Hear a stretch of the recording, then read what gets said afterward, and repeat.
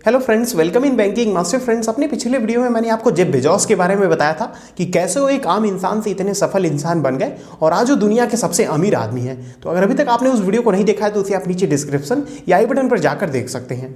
Friends, आज मैं आपको मेरे ऐसे टैक्स सेवर फंड के बारे में बताऊंगा। ये काफ़ी अच्छा ईएलएसएस फंड है और अगर आपको एक अच्छे ईएलएसएस फंड की तलाश है तो आपको इस वीडियो को पूरा एंड तक ध्यान से देखना चाहिए। इस फंड ने जब से लॉन्च हुआ है लगभग 18% से ज़्यादा का रिटर्न दिया है।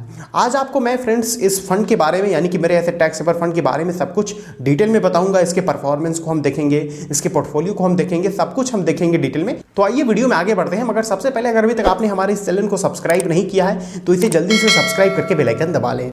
तो चलिए सबसे पहले देख लेते हैं इसके फंड इन्फो को। तो इसका फंड हाउस है मेरे एसेट म्यूचुअल फंड, जो कि 14th सबसे बड़ा फंड हाउस है एसेट अंडर मैनेजमेंट के मामले में। अभी कुछ टाइम पहले ये 19th प्लेस पे था, लेकिन अभी 14th प्लेस पे आ गया है। मतलब कि समय के साथ साथ ये फंड हाउस काफ़ी इंप्रूव कर रहा है, काफ़ी अच्छा परफॉर्म कर रहा है। और इस फंड हाउस के जो इक्विटी म्यूचुअल फंड्स हैं, जैसे कि मेरे asset emerging blue chip fund हो गया, मेरे एसेट लार्ज कैप फंड हो गया, और ये पर्टिकुलर फंड भी काफ़ी अच्छा परफॉर्म कर रहा है। अभी हम आगे देखेंगे। तो हम ये कह सकते हैं कि इस फंड हाउस में समय के साथ साथ हमें काफ़ी अच्छा ग्रोथ देखने को मिल सकता है। कैटेगरी है इसका ईएलएसएस कैटेगरी के फंड्स में आप इन्वेस्ट करके 1.5 लाख तक टैक्स बचा सकते हैं सेक्शन 86 के अंडर। और ईएलएसएस कैटेगरीज के जो फंड होते हैं वो मेनली लार्ज कैप ओरिएंटेड होते हैं या large and mid cap oriented होते हैं। मतलब कि ईएलएसएस कैटेगरीज के जो फंड्स होते हैं उनका मैक्सिमम एक्सपोजर लार्ज कैप में होता है या लार्ज एंड मिड कैप में ज़्यादा एक्सपोजर होता है। इस फंड के डायरेक्ट और रेगुलर प्लान को एक ही दिन लॉन्च किया गया था 2015 में, 28 दिसंबर 2015 में। तो हम यहाँ पर कह सकते हैं कि ये फंड लगभग 5 साल पुराना फंड है। और मतलब यहाँ पर ये ना ही बहुत ज़्यादा पुराना फंड है और ना ही बहुत नया फंड है। रिटर्न सिंस लॉन्च की बात करें तो इसने काफ़ी अच्छा रिटर्न दिया है। मात्र 5 सालों में ही इसने 18% के लगभग रिटर्न दिया है, जो कि फ्रेंड्स जनरली हमें और किसी दूसरे फंड में जल्दी देखने को नहीं मिलेगा। ईयूएम की अगर हम बात करें तो ईयूएम इसका 4,463 करोड़ का है, जो कि ना ही बहुत ज़्यादा अधिक है और ना ही बहुत कम है, ठीक है इसका ईयूएम। टर्नओवर रेशियो की अगर हम बात करें तो टर्नओवर रेशियो यहाँ पे 99% है। अब जब टर्नओवर रेशियो 50% से ऊपर हो जाता है तो उस केस में टर्नओवर रेशियो को अधिक माना जाता है। अब टर्नओवर रेशियो से फ्रेंड्स बेसिकली हमें ये पता चलता है कि अभी रिसेंटली फंड के पोर्टफोलियो में कितना चेंज आया है, फंड का पोर्टफोलियो, फंड का जो स्टॉक सिलेक्शन है उसमें कितना चेंजेस आए हैं।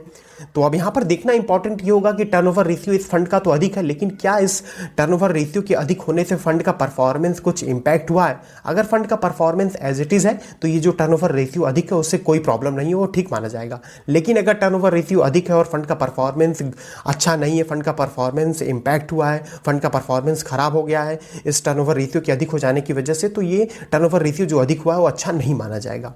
इस फंड को मैनेज कर रहे हैं नीलेश सुराना, नवंबर 2015 से ही मैनेज कर रहे हैं। अब नीलेश सुराना के बारे में फ्रेंड्स नो डाउट ये काफ़ी अच्छे फंड मैनेजर है। इनके पास 19 ईयर से भी ज़्यादा का एक्सपीरियंस है और ये जिस किसी भी फंड को मैनेज करते हैं वो फंड हमेशा अपने बेंचमार्क को आउट परफॉर्म ही करता है। तो हम कह सकते हैं कि ये एक प्लस पॉइंट है मेरे ऐसे टैक्स सेवर फंड के लिए, यानी कि इस फंड के लिए कि नीलेश सुराना इस फंड को मैनेज कर रहे हैं। नीलेश सुराना 2 और फंड को मैनेज करते हैं मेरे एसेट के, जैसे कि मेरे asset emerging blue chip fund और मेरे asset hybrid equity fund. Investment details की अगर हम बात करें तो आप लमसम और एसआईपी दोनों 500 से कर सकते हैं। एक्सपेंसेस को अगर हम देखें तो डायरेक्ट प्लान का एक्सपेंस रेशियो यहाँ पर काफी कम है, 0.36% का है। जनरली फ्रेंड्स हमें इतना कम expense ratio debt mutual funds में ही देखने को मिलता है। अब यहाँ पर यह भी अच्छा है कि ये फंड आपको काफी सस्ता मिल रहा है, क्योंकि इसका एक्सपेंस रेशियो डायरेक्ट प्लान का काफी कम है। क्योंकि देखिए, अगर आप जैसे कोई बहुत बड़ा अमाउंट इन्वेस्ट करते हैं, जैसे आपने 10 लाख या 1 लाख या 2 लाख इन्वेस्ट किया, तो जो आपको एक्सपेंस रेशियो देना होगा वो काफी कम होगा और साथ में आप टैक्स भी बचा रहे हैं इस फंड में इन्वेस्ट करके। तो हम कह सकते हैं कि ये फंड आपके पोर्टफोलियो में जरूर होना चाहिए अगर आप टैक्स बचाना चाहते हैं तो, और साथ में आप एक अच्छा रिटर्न चाहते हैं तब आपको अपने पोर्टफोलियो में इस फंड को इंक्लूड जरूर करना चाहिए। एक्सपेंस रेशियो है इसके रेगुलर प्लान का 1.84%। अब यहाँ पर फ्रेंड्स मैं आपको हमेशा सजेस्ट करता आया हूँ कि आपको हमेशा डायरेक्ट प्लान ही लेना चाहिए, रेगुलर प्लान नहीं लेना चाहिए, क्योंकि उसमें आपको एक्सपेंस रेशियो अधिक देना होता है। एग्जिट लोड की अगर हम बात करें तो यहाँ पर कोई भी एग्जिट लोड आपको नहीं देना है। चलिए अब इस फंड के पोर्टफोलियो को देख लेते हैं।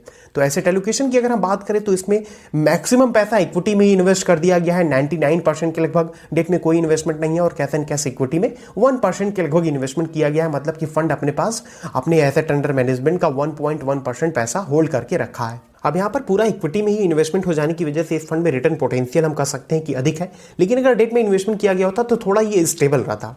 चलिए पोर्टफोलियो एग्रीगेट्स को देख लेते हैं। तो यहाँ पर अगर हम देखें तो जाइंट में कैटेगरी से अधिक इन्वेस्टमेंट किया गया है 59% का, लार्ज कैप में लेकिन कैटेगरी से कम इन्वेस्टमेंट किया गया है। तो अगर हम यहाँ पर देखें तो लार्ज कैप और जाइंट दोनों का अगर हम मिलाते हैं तो अराउंड 62% के लगभग यहाँ पर इन्वेस्टमेंट कर दिया गया है लार्ज कैप कंपनीज में, हम कह सकते हैं। और मिड कैप को अगर हम देखें तो यहाँ पर 22% का इन्वेस्टमेंट किया गया है। तो अगर हम देखें तो ये जो फंड है यानी कि मेरे ऐसे टैक्स सेवर जो फंड है, ये भी एक large and mid cap oriented fund ही है, क्योंकि इसमें भी लार्ज एंड मिड कैप में मैक्सिमम एक्सपोजर है। स्मॉल कैप की बात करें तो स्मॉल कैप में यहाँ पर फंड में कैटेगरी के कंपैरिजन में कम इन्वेस्टमेंट किया गया है 6% का। तो अगर हम देखें यहाँ पे तो मिड कैप में और स्मॉल कैप में दोनों में कैटेगरी की कंपैरिजन में कम इन्वेस्टमेंट किया गया है। तो हम ये कह सकते हैं कि इस फंड में रिटर्न पोटेंशियल तो अधिक है, क्योंकि लार्ज कैप में और जाइंट में अधिक इन्वेस्टमेंट किया गया है कैटेगरी की कंपैरिजन में, केवल लार्ज कैप में थोड़ा सा कम है, 12% का ही है। तो हम ये कह सकते हैं कि इस फंड में रिटर्न पोटेंशियल अधिक होना चाहिए कैटेगरी की कंपैरिजन में, और रिस्क भी कम होना चाहिए कैटेगरी की कंपैरिजन में, क्योंकि इसमें मिड कैप में और स्मॉल कैप में कम इन्वेस्टमेंट है कैटेगरी से। लेकिन हम ये भी पूरे कंफर्मेशन के साथ नहीं कर सकते, क्योंकि अभी और भी कई पैरामीटर्स बाकी हैं जिनको देखने के बाद हम आपको बता पाएंगे कि फंड में कितना रिस्क और रिटर्न पोटेंशियल है। चलिए अब देख लेते हैं सेक्टर एलोकेशन को कैटेगरी के कंपैरिजन में। तो यहाँ पर देखिए फाइनेंशियल सेक्टर में, एनर्जी में, एफएमसीजी में और ऑटोमोबाइल, ये कुछ ऐसे सेक्टर हैं जिसमें कि फंड में अधिक इन्वेस्टमेंट किया गया है और बाकी के सभी में कैटेगरी में अधिक इन्वेस्टमेंट किया गया है। फाइनेंशियल सेक्टर की अगर हम बात करें तो फाइनेंशियल सेक्टर में इंडिया में यहाँ पर 8.5% के पर एनम के रेट से ग्रोथ एस्टिमेट किया गया है, और गवर्नमेंट ऑफ इंडिया ने काफी अधिक हेल्प किया है इस सेक्टर के ग्रोथ में। टेक्नोलॉजी सेक्टर की अगर हम बात करें तो 2019 में टेक्नोलॉजी सेक्टर 177 बिलियन का था, जो कि ऐसा एस्टिमेट किया गया है कि ये बढ़ के $350 बिलियन हो जाएगा 2025 तक। इस सेक्टर का ग्रोथ 6.1% की ईयर ऑन ईयर बेसिस से बढ़ रहा है, और कोविड-19 के आ जाने की वजह से फ्रेंड्स इस सेक्टर में काफी अच्छा हमें पुश देखने को मिला है, और ये सेक्टर और भी तेज ग्रो कर रहा है। एनर्जी सेक्टर की अगर हम बात करें तो इंडिया थर्ड लार्जेस्ट प्रोड्यूसर है इलेक्ट्रिसिटी का, और 4.5% एनुअल के रेट से ये सेक्टर ग्रो करेगा 2035 तक, और इसके पहले ये 3.5% के रेट से ग्रो किया था 2000 से लेके 2017 तक। एफएमसीजी सेक्टर की अगर हम बात करें तो इस समय इसका रेवेन्यू टोटल $52.75 बिलियन का था फाइनेंशियल ईयर 2018 तक। अब उसके बाद ये ऐसा एस्टिमेट किया गया है कि ये पहुंच जाएगा $103.7 बिलियन तक फाइनेंशियल ईयर 2020 तक। इस सेक्टर में ग्रोथ को एस्टिमेट किया गया है कि ग्रोथ होगा इस सेक्टर का 9 to 10% के रेट से। हेल्थ केयर सेक्टर के ग्रोथ की अगर हम बात करें तो ये अराउंड 16 to 17% के CAGR के रेट से ग्रो करेगा, और हॉस्पिटल इंडस्ट्री को ऐसा एस्टिमेट किया गया है कि ये 4 ट्रिलियन से बढ़ के फाइनेंशियल ईयर 17 में ये 4 ट्रिलियन था, तो ये बढ़ के अब 8.6 ट्रिलियन हो जाएगा FY22 तक। ऑटोमोबाइल सेक्टर की अगर हम बात करें तो इंडिया को ऐसा एक्सपेक्टेड किया गया है कि ये वर्ल्ड का third largest passenger vehicle market हो जाएगा 2021 तक, और ओवरऑल ऑटोमोबाइल एक्सपोर्ट 15% के रेट से बढ़ा है। केमिकल सेक्टर 7.5% के CAGR के रेट से ग्रो करेगा 2023 तक, ऐसा एस्टिमेट किया गया है। कंस्ट्रक्शन सेक्टर की अगर हम बात करें तो यहाँ पर कंस्ट्रक्शन सेक्टर हम देखें तो 2015 से 2020 तक 5.65% के रेट से ग्रो किया है, और कंस्ट्रक्शन सेक्टर का इंडियन GDP में अच्छा खासा कंट्रीब्यूशन है 2.7 ट्रिलियन रुपीस का। कम्युनिकेशन सेक्टर की अगर हम बात करें तो कम्युनिकेशन इंडस्ट्री इंडिया में फास्टेस्ट डेवलपिंग सेक्टर है, और ये second biggest international telecom market हो जाएगा आने वाले कुछ सालों में, और इसका ग्रोथ रजिस्टर किया गया है इस सेक्टर में 2.39% के रेट से। इंजीनियरिंग सेक्टर की अगर हम बात करें तो इसका टर्नओवर पहुंच जाएगा $115 बिलियन तक 2025 तक। मेटल सेक्टर का ग्रोथ 5.25% के रेट से हुआ है FY16 से लेके FY20 तक। और सर्विस सेक्टर की अगर हम बात करें तो सर्विस सेक्टर का काफी ज्यादा कंट्रीब्यूशन है इंडियन GDP में 55% का, और इंडिया एक डेवलपिंग कंट्री है, तो जैसे जैसे और भी डेवलपमेंट होंगे, इंफ्रास्ट्रक्चर का डेवलपमेंट होगा, और भी जितनी भी डेवलपमेंट होंगे वैसे वैसे सर्विस सेक्टर में हमें और भी ज्यादा ग्रोथ और अपॉर्चुनिटीज देखने को मिलेगी। टेक्सटाइल सेक्टर की अगर हम बात करें तो 5% का कंट्रीब्यूशन है टेक्सटाइल सेक्टर का इंडियन GDP में। तो यहाँ पर फ्रेंड्स अगर हम देखें तो ऑलमोस्ट सभी सेक्टर काफी अच्छे हैं, सभी में हमें ठीक ठाक ग्रोथ देखने को मिलेगा। तो हम ये कह सकते हैं कि अगर यहाँ पर इस ग्राफ को ध्यान से देखा जाए तो हमें ये पता चलता है कि फंड का ज्यादा अच्छा डाइवर्सिफिकेशन है कैटेगरी के कंपैरिजन में। चलिए अब टॉप 10 होल्डिंग्स को देख लेते हैं। तो इसमें इन्वेस्टमेंट किया गया है HDFC बैंक में। HDFC बैंक का जो लास्ट क्वार्टर का रिजल्ट था, यानी कि सितंबर 2020 का जो क्वार्टर अभी एंड हुआ है, उसमें इस कंपनी ने अपने नेट प्रॉफिट, अपने PBT यानी कि प्रॉफिट बिफोर टैक्स, इन सभी को जो है काफी अच्छा इंक्रीज किया है, और इसका क्वार्टरली और ईयरली रिजल्ट दोनों काफी अच्छा है, और इस टाइम काफी अच्छा भी परफॉर्म कर रही है ये कंपनी। इन्फोसिस की अगर हम बात करें तो ये ऑलमोस्ट डेट फ्री कंपनी है, जबरदस्त परफॉर्मेंस है इसका, जब से लॉकडाउन लगा है उसके बाद से काफी अच्छा परफॉर्म किया है है इन्फोसिस ने और इसका शेयर का प्राइस डबल हो गया है लॉकडाउन के बाद। नेट प्रॉफिट, पीबीटी और ऑपरेटिंग प्रॉफिट ये सभी बड़े हैं इन्फोसिस के और इस कंपनी का क्वार्टरली और ईयरली रिजल्ट्स दोनों काफ़ी अच्छा है और इस टाइम काफ़ी अच्छा परफॉर्म कर रहा है। आईसीआईसीआई बैंक की अगर हम बात करें तो लास्ट के 1 ईयर के कंपैरिजन में हालांकि परफॉर्मेंस इसका अच्छा नहीं है, लेकिन इस टाइम ये थोड़ा अच्छा परफॉर्म कर रही है। क्वार्टरली और ईयरली रिजल्ट्स इसका ठीक है। डिविडेंड पे आउट हालांकि इसका लास्ट के 3 सालों में अगर हम देखें तो डिविडेंड पे आउट इसका कम हो गया है। टाटा कंसल्टेंसी सर्विसेज को अगर हम देखें तो ये एक ऑलमोस्ट डेट फ्री कंपनी है, काफ़ी अच्छा इसने आरओई दिया है 34.50% का। हेल्दी डिविडेंड पे आउट इसने दिया है 52.46% का और क्वार्टरली और ईयरली रिजल्ट इसका काफ़ी अच्छा है। एक्सिस बैंक की अगर हम बात करें तो लास्ट 1 ईयर के कंपैरिजन में इसका भी परफॉर्मेंस अच्छा नहीं है, लेकिन इस टाइम थोड़ा अच्छा परफॉर्म कर रही है और इसका ईयरली एंड क्वार्टरली रिजल्ट दोनों ठीक है। रिलायंस इंडस्ट्रीज की अगर हम बात करें तो ये जब से लॉकडाउन लगा है काफ़ी अच्छा परफॉर्म किया है। ऑलमोस्ट इसके शेयर का प्राइस डबल हो गया था, लेकिन इस टाइम अभी करंट में थोड़ा सा डाउन हो गया है इसके शेयर का प्राइस, लेकिन इसका ईयरली एंड क्वार्टरली रिजल्ट ठीक है। पीबीटी और नेट प्रॉफिट ये दोनों डाउन हुए लास्ट क्वार्टर में, यानी कि सितंबर 2020 के क्वार्टर में। भारतीय एयरटेल की अगर हम बात करें तो 1 ईयर का परफॉर्मेंस इसका काफ़ी मिक्स है। डिविडेंड पे आउट जो इसने दिया है काफ़ी हेल्दी डिविडेंड पे आउट दिया है 144.96% का।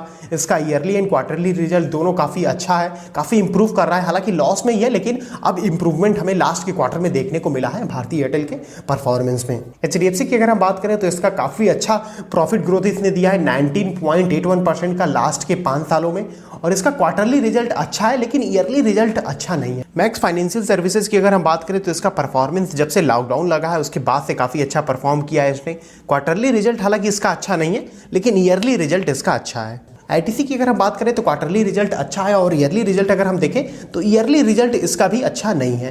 Profit before tax, net profit and operating profit ये सभी कम हो गए हैं इस कंपनी के। तो टॉप 10 होल्डिंग की अगर हम बात करें तो यहाँ पर अगर हम देखें तो सभी ऑलमोस्ट मैक्सिमम कंपनीज काफ़ी अच्छी हैं, काफ़ी अच्छा परफॉर्म कर रही हैं। इसमें कोई भी ऐसी कंपनी नहीं है कि जो बहुत अधिक परफॉर्मेंस जिसका डाउन है। तो हम कह सकते हैं कि टॉप 10 होल्डिंग्स इस फंड के काफ़ी अच्छे हैं। चलिए अब कंसंट्रेशन एंड वैल्यूएशन को देख लेते हैं। तो यहाँ पर टोटल नंबर ऑफ स्टॉक्स 55 है, मतलब कि ना ही बहुत ज़्यादा स्टॉक्स में इन्वेस्टमेंट किया गया और ना ही बहुत कम स्टॉक्स में इन्वेस्टमेंट किया गया है। टॉप 10 स्टॉक्स का कंट्रीब्यूशन 46.19% है, मतलब कि अभी हमने जो देखा टॉप 10 होल्डिंग उसमें फंड का 46.19% पैसा इन्वेस्ट किया गया है। अब वो सभी टॉप 10 होल्डिंग्स अच्छी हैं, तो इसका मतलब ये कि हमें अच्छा परफॉर्मेंस, अच्छा रिटर्न देखने को मिल सकता है इस फंड में। टॉप 3 सेक्टर के कंट्रीब्यूशन की अगर हम बात करें तो 58.28% का इन्वेस्टमेंट किया गया है टॉप 3 सेक्टर में। अब टॉप 3 सेक्टर में यहाँ पर फाइनेंशियल, टेक्नोलॉजी और एनर्जी ये तीनों टॉप 3 सेक्टर है, तो इसमें फंड का 58% के लगभग पैसा इन्वेस्ट कर दिया गया है। अब इस फंड का प्राइस टू अर्न रेशियो काफी कम है, मतलब कि ये फंड आपको काफी सस्ता भी मिल रहा है। इन्वेस्टमेंट स्टाइल की अगर हम बात करें तो इसका इन्वेस्टमेंट स्टाइल ग्रोथ ओरिएंटेड है और ये मेनली लार्ज कैप में अपना पैसा इन्वेस्ट करता है। चलिए परफॉर्मेंस को देख लेते हैं इस फंड के। तो परफॉर्मेंस में सबसे पहले हम देखेंगे ट्रेलिंग रिटर्न को।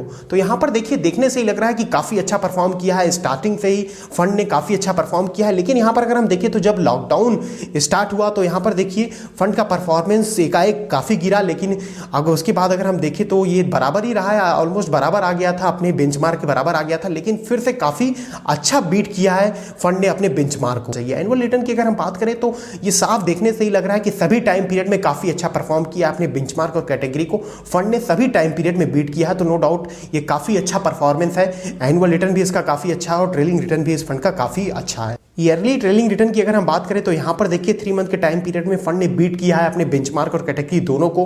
6 मंथ के टाइम पीरियड की बात करें तो 6 मंथ के टाइम पीरियड में अगेन फंड ने बीट किया और काफ़ी अच्छा रिटर्न दिया है 43% के लगभग, जबकि बेंचमार्क ने 37% के लगभग और कैटेगरी ने 34% के लगभग ही रिटर्न दिया है। 1 ईयर के टाइम पीरियड में भी अगर हम देखें तो अगेन फंड ने काफ़ी अच्छा परफॉर्म किया है, काफ़ी अच्छा रिटर्न दिया है। 3 मंथ के टाइम पीरियड में अगर देखा जाए तो यहाँ पर भी काफ़ी अच्छा फंड ने रिटर्न दिया है 11.44% का। 5 ईयर्स और 7 ईयर्स का इसका रिटर्न नहीं है, क्योंकि ये भी 5 साल से अधिक पुराना फंड नहीं है। चलिए अब अपने लास्ट पैरामीटर को देख लेते हैं, जो कि है रिस्क मेजर।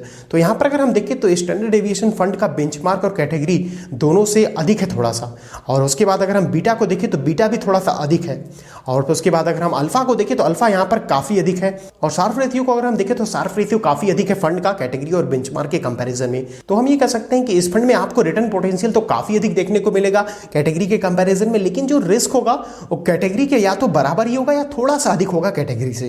तो फ्रेंड्स, अब इस फंड का डिटेल एनालिसिस करने के बाद मैं यह कह सकता हूं कि ये काफ़ी अच्छा ELSS फंड है। अगर आप सेक्शन 80C के अंडर टैक्स बचाना चाहते हैं तो आप इसमें इन्वेस्ट कर सकते हैं। अक्सर कई लोग फाइनेंशियल ईयर के लास्ट में लमसम करते हैं ELSS फंड में, जो कि सही नहीं है। जैसा कि फ्रेंड्स अभी मैंने आपको बताया है कि ELSS फंड लार्ज कैप या large and mid cap oriented fund होते हैं, इसीलिए इसमें आपको SIP ही करना ठीक रहेगा आपके लिए। इस फंड में सबसे अच्छी बात यह है कि इसमें एक्सपेंस रेशियो आपको काफ़ी कम देना पड़ रहा है, 0.36% का।